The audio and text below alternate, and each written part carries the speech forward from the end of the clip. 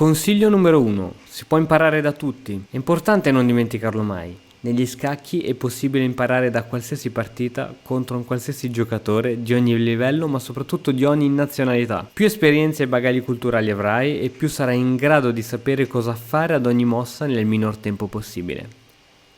Consiglio numero 2. Sfida Carlsen usando l'app di Magnus. Carlsen consiglia di scaricare la sua app e di provare a giocare contro di lui a tutte le età. Infatti la particolare di questo gioco è quello di poterlo sfidare a quando aveva 10 anni, 11, 12, 13 e 14, e quindi è stato riproposto uno schema che potesse simulare il suo gioco forza nelle varietà. Punto 3. Prenditi delle pause degli scacchi. Per migliorare non c'è sempre bisogno di giocare, anzi, il più delle volte miglioriamo proprio quando non giochiamo. Hai mai sentito parlare del miglioramento post-studio? Possiamo studiare e cercare di memorizzare quante più partite di scacchi vogliamo in un solo giorno, ma ad un certo punto arriveremo a un limite. Prenditi una pausa, vai a dormire e il giorno dopo ti sentirai Kasparov. Questo è dovuto al miglioramento post-studio. Il nostro cervello analizza e immagazzina i dati durante il giorno e la notte li elabora. Per questo il giorno seguente ci sentiamo dei campioni.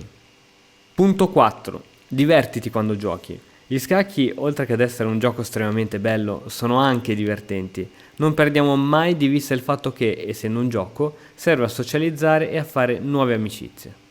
È bene prendere gli scacchi seriamente, ma non troppo, altrimenti si finisce per diventare un nerd della scacchiera che conosce a memoria tutte le partite e varianti di questo mondo, ma che non riesce poi a capire nemmeno una barzelletta sui carabinieri. Numero 5. Amplia i tuoi orizzonti.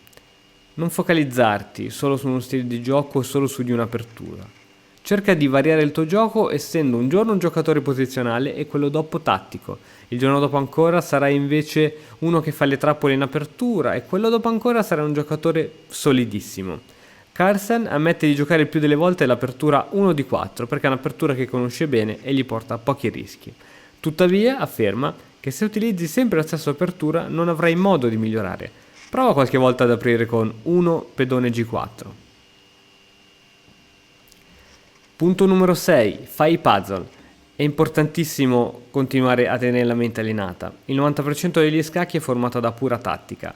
Essere bravi a giocare a scacchi significa essere in grado di riconoscere rapidamente il tipo di posizione che abbiamo davanti e il tipo di tatticismo da utilizzare fra i tanti che conosciamo e che abbiamo memorizzato. Se ci fai caso, i grandi maestri sono in grado di disputare partite veloci mantenendo comunque un alto standard di qualità di gioco. Punto 7. Non togliere ore di sonno.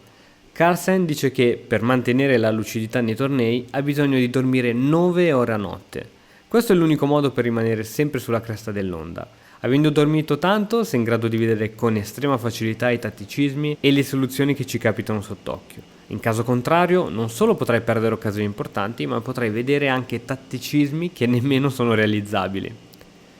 Punto numero 8. Mangia e bevi bene. Anche la salute del nostro fisico influisce sulla nostra performance. Come molti di voi sanno, durante i match e i tornei, Carlsen beve sempre una spremuta d'arancia mescolata con dell'acqua.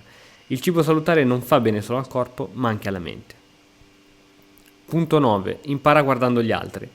Guarda le partite dei grandi maestri e cerca di capire cosa passava dentro la loro testa in quel preciso istante in cui hanno compiuto la mossa. Per cercare queste partite è possibile anche avvalersi di grandi database come Chessbase o Fritz. Punto 10. Siediti sulla scacchiera e gioca da solo. Può sembrare strano, ma giocare con se stessi è un buon modo per capire il proprio gioco. Quando provi, cerca di essere imparziale e di eseguire le mosse migliori per ciascun schieramento. Cerca di non annoiarti e di finire la partita passando dall'apertura, medio gioco, fino ad arrivare al finale. Non avrai mai dei tempi vuoti, ma sarai sempre preso a calcolare nella tua mente. Prova, non te ne pentirai. Infine, ultimo consiglio, acquisisci partite dei Gran Maestri. Questo punto è simile al numero 9.